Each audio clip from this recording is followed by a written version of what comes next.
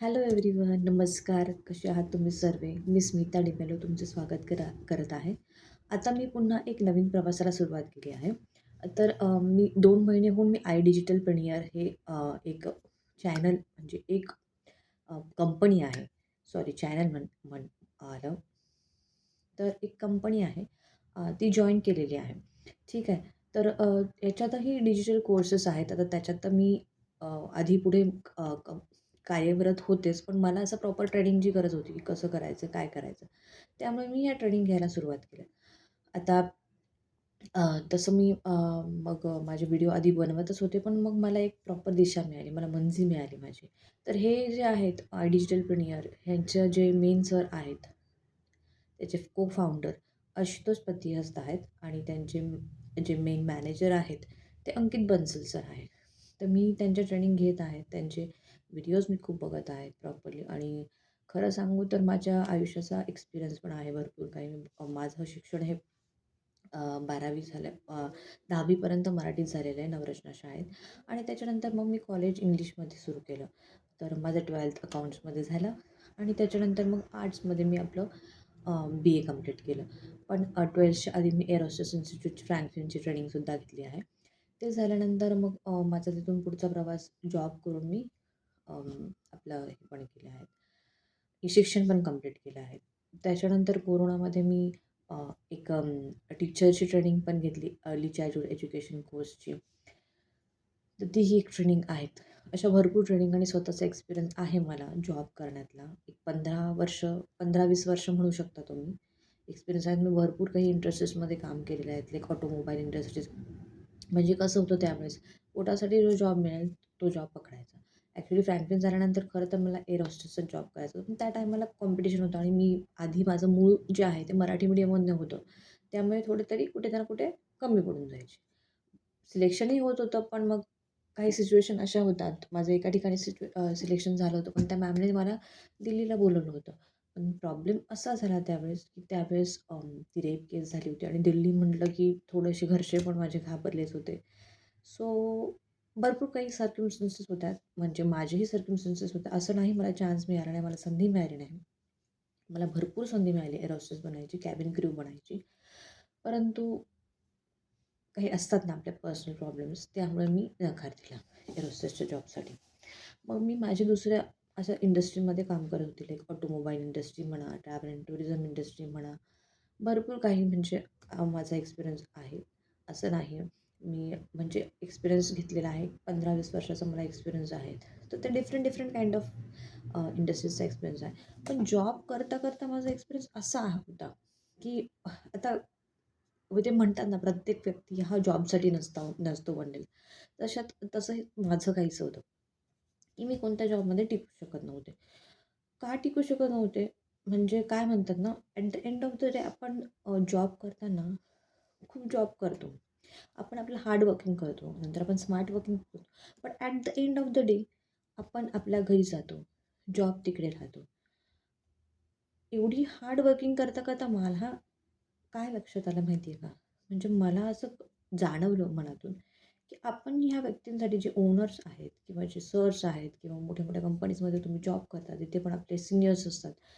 त्यांचं सगळं at the end of the आपण मेहनत तर घेतोच, परंतु त्यांचे वॉर्निंग्स, त्यांचे जे काही आहेत, म्हणजे त्यांचे काही जे क्रायटेरिया असतात, प्रोटोकॉल्स वगैरे सर्व फॉलो करावे लागतात. पण ह्या हे करता-करता आपल्याला तेच त्या गोष्टींना सुद्धा फेस जावं लागतं आणि खरं सांगू तर आजकाल कॉम्पिटिशन आणि पॉलिटिशियन्स पण खूप वाढलेले आहेत कॉर्पोरेट्समध्ये. सो त्या वेगळ्या गोष्टी आहेत. That is another phase. तर ह्या मला असं जाणवायचं की आपण किती केलं तरी आपण त्यांच्यासाठी एक परकू आहोत. आपण एक त्यांचे हाताखालचे एक म्हणजे ऑब्व्हियसली तुम्ही मराठी शब्दात म्हणाल तर नोकरच आहोत आपण. आपल्याला त्यांचं काम करून घ्यायचं आहे. ते आपल्याला दबावाखाली म्हणजे इनफॅक्ट हा खूप रूढ शब्द होईल कदाचित. असा माझा काही एक्सपिरियन्स नाही आहे. पण शेवटी आपण दबावातच काम करतो. आपल्याला त्यांचं काम कंप्लीट करूनच घरी जायचं. त्याशिवाय ते आपल्याला सोडणार नाही. तुमचे काही पर्सनल प्रॉब्लेम असतो तुम्ही तुमच्या वेळात तुमचा जो टाईम आहे तो पूर्ण करून त्यांना तर आपल्याला महिन्याची सॅलरी प्रॉपर भेटते. अदरवाईज तुम्हाला सॅलरी कोणी देणार नाही फुकट आणि ऑब्व्हियसली का देणार फुकट सॅलरी? त्यांनी आपल्याला पैसे दिले आहेत याच्यासाठीच दिले आहेत, कामासाठीच दिले आहेत. तर तो वेगळा भाग आहे. तर मला असं जाणवलं की स्वतःचं काहीतरी करावं. स्वतःचं काहीतरी जागं होत होतं मनात, की खरंच आपलं स्वतःचं काहीतरी असावं, की जे सगळं मॅनेज करून गेलं हवं केलं पाहिजे. तर आता आता म्हणजे खरं सांगू तर कोरोनानंतर एवढं कॉम्पिटिशन वाढलं आहे ना, की स्वतःचं करणार म्हणजे त्या कॉम्पिटिशनमध्ये आपल्याला राहायचं आहे. त्यामुळे ह्या ट्रेनिंग्सच्या खूप गरजा आहेत. तुम्ही इव्हन जॉब्समध्ये म्हणाल, तर ह्या ज्या ट्रेनिंग्स हे आशुतोष पतिया सर जे प्रोव्हाईड करत आहेत, त्या गरजेच्या आहेत आपल्याला.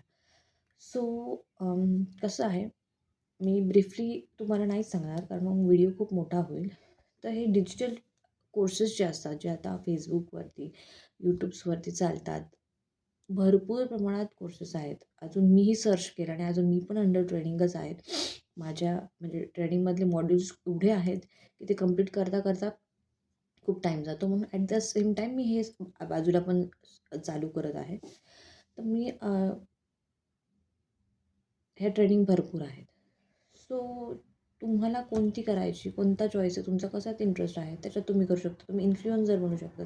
स्वतःच्या ट्रेनिंग्स घेऊन तुम्ही स्वतःचं काहीतरी बनवू शकता किंवा ह्या ट्रेनिंग करून कुठे जॉबसुद्धा करू शकता त्या बेसवरती. म्हणजे तुम्हाला सर्टिफिकेशन पण प्रोव्हाईड केले जातात त्या ट्रेनिंग घेऊन. जर ते नाही करायचं असेल तर सेकंड ऑप्शन आहे सेल्स. म्हणजे आता जे आपण ट्रेनिंग घेतो आहे, तेच तुम्ही कुठे दुसऱ्यांना कॅरी फॉरवर्ड केलं, तुम्हाला त्याच्यातला इन्सेंटिव्ह भेटणार. आता तो इन्सेंटिव्ह कसा भेटेल किंवा काय होणार किंवा एक्झॅक्टली तुमच्या मनात जो क्वेश्चन मार्क्स आहे तो मी न घालवता मिस्टर अंकित बन्सल सर तुमच्या मनातला हा क्वेश्चन्स घालवतील. सो जर खरंच तुम्हाला जॉईन करायचं असेल तर मला कळवा, मला DM करा, मला कॉल करा, मेसेज करा. मी तुम्हाला नक्कीच हेल्प करेल त्या बाबतीत. मी पण ट्रेनिंगमध्ये आहेत म्हणून मी तुम्हाला पुरेपूर माहिती देईलही. पण ज्या प्रकारे ते अंकित बन्सल सर जे एक्सपिरियन्स पर्सन आहेत ते देतील, तसे त्या प्रकारे मी नाही देणार कारण त्यांचा एक्सपिरियन्स मॅटर करतो. तो बोलतो ॲक्च्युली. सो मग जर खरंच तुम्हाला जॉइन करायचं असेल तर मला कळवा. रोज त्यांचे 7 वाजता बूट कॅम्प्स असतात. अर्ध्या तासाचा बूट कॅम्प असतो हा. तर एकदा जॉइन करा, ऐका आणि मला कळवा. त्याच्यानंतर तुम्हाला करायचं आहे किंवा नाही इट्स अप टू यू. असं काही फोर्स नाही आहे. तुम्ही जॉइन करून तुम्हाला नसेल करायचं असेल तरीही तुमची इच्छा, करायचं असेल तर वेल अँड गुड. Thank you. एवढंच सांगायचं आहे. आणि आता मी पण व्हिडिओ सुरू करणारच आहे. So stay tune. आपण भेटूयाच. माझे चॅनल्स आहेच भेटायला. Okay bye.